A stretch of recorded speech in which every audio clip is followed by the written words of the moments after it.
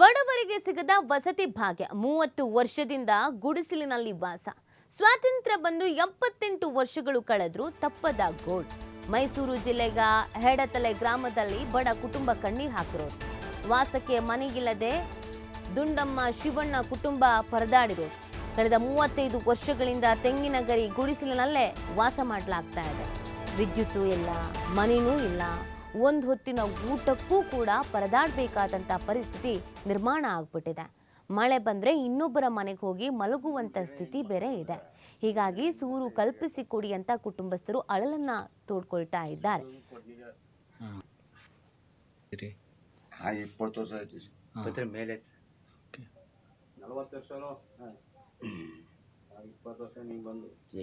ಈಗ 30 ವರ್ಷ ಮೇಲೆ ಹುಟ್ಲಿ ಸರ್, ಹೆಂಗೆ ನೀರು ಬೀಳುತ್ತೆ ಹಂಗೆ ಬರುತ್ತೆ ಒಳಗೆ. ಎಲ್ಲ ನೆನಕ ತಗೊಂಡ್ಬಿಟ್ಟು 36 ಕೊಟ್ಟು ಕೌನ್ಸಿಲ್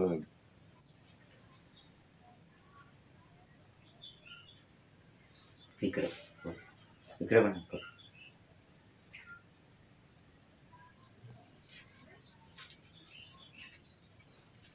ಈ ಬಗ್ಗೆ ಮತ್ತಷ್ಟು ಮಾಹಿತಿಯನ್ನು ನೀಡ್ತಾರೆ ನಮ್ಮ ಪ್ರತಿನಿಧಿ ಪುನೀತ್ ಬಹಳ ವರ್ಷದಿಂದ ಸಮಸ್ಯೆಯನ್ನು ಎದುರಿಸ್ತಿದ್ದಾರೆ ಅನ್ನೋದು ಗೊತ್ತಾಗ್ತಾ ಇದೆ. ಬಟ್ ಸಾಕಷ್ಟು ಯೋಜನೆಗಳಿದ್ರೂ ಕೂಡ ಯಾಕೆ ಇವ್ರಿಗೆ ಅನುಕೂಲ ಆಗ್ತಾ ಇಲ್ಲ?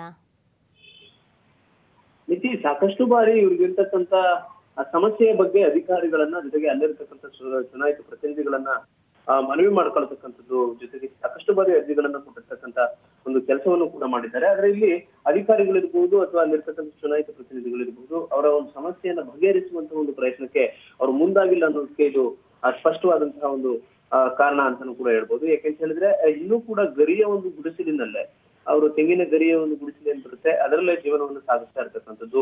ಕಳೆದ 30 ವರ್ಷಗಳಿಂದಲೂ ಕೂಡ ಇದೇ ಗುಡಿಸಲಿನಲ್ಲಿ ವಾಸ ಮಾಡ್ತಾ ಇರ್ತಕ್ಕಂಥ ಕುಟುಂಬ. ವಿದ್ಯುತ್ ಸಂಪರ್ಕ ಇಲ್ಲದೆ ಇರ್ತಕ್ಕಂಥದ್ದು ಇರ್ಬೋದು, ಜೊತೆಗೆ ಕುಡಿಯುವ ನೀರಿಗೆ ಬೇರೆ ಮನೆಯ ಅಂದ್ರೆ ಎದುರು ಬದುರು ಇರತಕ್ಕಂಥ ಮನೆಗಳ ನಲ್ಲಿಗಳಿಗೆ ಅವರು ಹೋಗ್ತಕ್ಕಂಥದ್ದು ಇರಬಹುದು. ಈ ಎಲ್ಲಾ ಸಮಸ್ಯೆಗಳು, ಮೂಲ ಸೌಕರ್ಯಗಳ ಒಂದು ಕೊರತೆ ಕೂಡ ಹೆಚ್ಚಿನದಾಗಿರ್ತಕ್ಕಂಥದ್ದು. ಸದ್ಯಕ್ಕೆ ಅವ್ರಿಗೆ ಏನು ಒಂದು ಬಡ ಕುಟುಂಬ ಆಗಿರ್ತಕ್ಕಂಥ ಒಂದು ಹಿನ್ನೆಲೆಯಲ್ಲಿ ಅವ್ರಿಗೆ ಸ್ವಲ್ಪ ಮಟ್ಟಿಗಾದ್ರೂ ಕೂಡ ಒಂದು ಸಣ್ಣ ಪುಟ್ಟ ಸೂರು ಇದ್ದಂತಹ ಸಂದರ್ಭದಲ್ಲಿ ತಾವು ಬದುಕನ್ನು ದುಡ್ಲಿಕ್ಕೆ ಸಾಧ್ಯ ಆಗುತ್ತೆ, ಜೊತೆಗೆ ವಿದ್ಯುತ್ ಸಂಪರ್ಕವನ್ನ ಮಾಡ್ಕೊಳ್ಳಿಕ್ಕೆ ಸಾಧ್ಯ ಆಗುತ್ತೆ. ಈ ಒಂದು ಹಿನ್ನೆಲೆಯಲ್ಲಿ ತಮ್ಮ ಮನೆಯನ್ನ ಮಾಡ್ಕೊಳ್ಬೇಕು ಅಂತ ಹೇಳಿ ನಂಜನಗೂಡು ತಾಲೂಕಿನ ಎಡತಲೆ ಗ್ರಾಮದಲ್ಲಿ ಇರ್ತಕ್ಕಂಥ ಬಡ ಕುಟುಂಬ ಈಗಾಗಲೇ ಸಾಕಷ್ಟು ಬಾರಿ ಅಧಿಕಾರಿಗಳನ್ನ ಸಂಪರ್ಕ ಮಾಡ್ತಕ್ಕಂಥ ಒಂದು ಕೆಲಸವನ್ನ ಮಾಡಿದೆ. ಆದ್ರೆ ಇಲ್ಲಿರ್ತಕ್ಕಂಥ ಏನು ಅಧಿಕಾರಿಗಳು ಅವರಿಗೆ ಅವರ ಸಮಸ್ಯೆಯನ್ನು ಬಗೆಹರಿಸುವಂತ ಒಂದು ಕೆಲಸವನ್ನ ಮಾಡಿಲ್ಲ.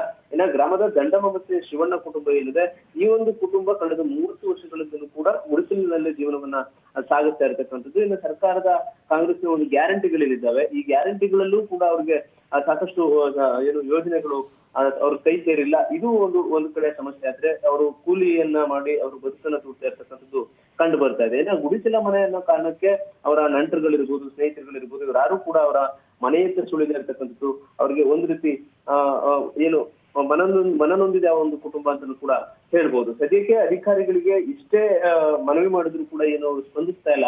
ಇದಕ್ಕೆ ಸಂಬಂಧಪಟ್ಟಂತೆ ಈಗ ಏನು ಶಾಸಕರು ಇರ್ಬೋದು ಅಥವಾ ಮುಖ್ಯಮಂತ್ರಿಗಳ ಜಿಲ್ಲೆ ಆಗಿರ್ತಕ್ಕಂಥ ಒಂದು ಹಿನ್ನೆಲೆಯಲ್ಲಿ ಕನಿಷ್ಠ ಸೌಲಭ್ಯವೂ ಇಲ್ಲದೆ ಒಂದು ಕುಟುಂಬ ಏನು ಪರಿಸ್ಥಿತಿ ತಪ್ಪಿಸ್ತಾ ಇದೆ, ಆ ಒಂದು ಕುಟುಂಬಕ್ಕೆ ಈಗಲಾದ್ರೂ ಕೂಡ ಸೌಲಭ್ಯವನ್ನ ಒದಗಿಸ್ತಾರ ಅನ್ನೋದು ಇಲ್ಲಿ ಮುಖ್ಯವಾದಂತಹ ಒಂದು ಅಂಶ ಇರ್ತಕ್ಕಂಥದ್ದು. ಆ ಕುಟುಂಬದವರು ಕೂಡ ಏನು ಶಿವಣ್ಣ ಏನಿದ್ದಾರೆ, ಅವ್ರ ಕುಟುಂಬದ ಯಜಮಾನರಿದ್ದಾರೆ, ಅವರು ನಮಗೆ ಯಾವುದೇ ಆಸ್ತಿ ಅಂತ ಬೇಡ, ನಮಗೆ ವಾಸ ಮಾಡ್ಲಿಕ್ಕೆ ಒಂದು ಮನೆಯ ವ್ಯವಸ್ಥೆಯನ್ನ ಅಧಿಕಾರಿಗಳು ಮಾಡ್ಕೊಡ್ಬೇಕು ಅಂತ ಹೇಳಿ ಅವರು ಮನವಿಯನ್ನ ಮಾಡ್ತಕ್ಕಂಥದ್ದು. ಆದ್ರೆ ಇಲ್ಲಿ ಯಾವುದೇ ರೀತಿಯಾದಂತಹ ಸೌಲಭ್ಯವನ್ನು ಕೂಡ ಕೊಡದೆ ಕಳೆದ 35 ವರ್ಷಗಳಿಂದಲೂ ಕೂಡ ತೆಂಗಿನ ಗರಿಯ ಒಂದು ಗುಡಿಸಲಿನಲ್ಲಿ ಈ ಒಂದು ಬಡ ಕುಟುಂಬ ಜೀವನವನ್ನು ಸಾಗಿಸ್ತಾ ಇರ್ತಕ್ಕಂಥದ್ದು. ಥ್ಯಾಂಕ್ ಯು ಪುನೀತ್, ತಮ್ಮೆಲ್ಲ ಡೀಟೇಲ್ಸ್ಗಾಗಿ.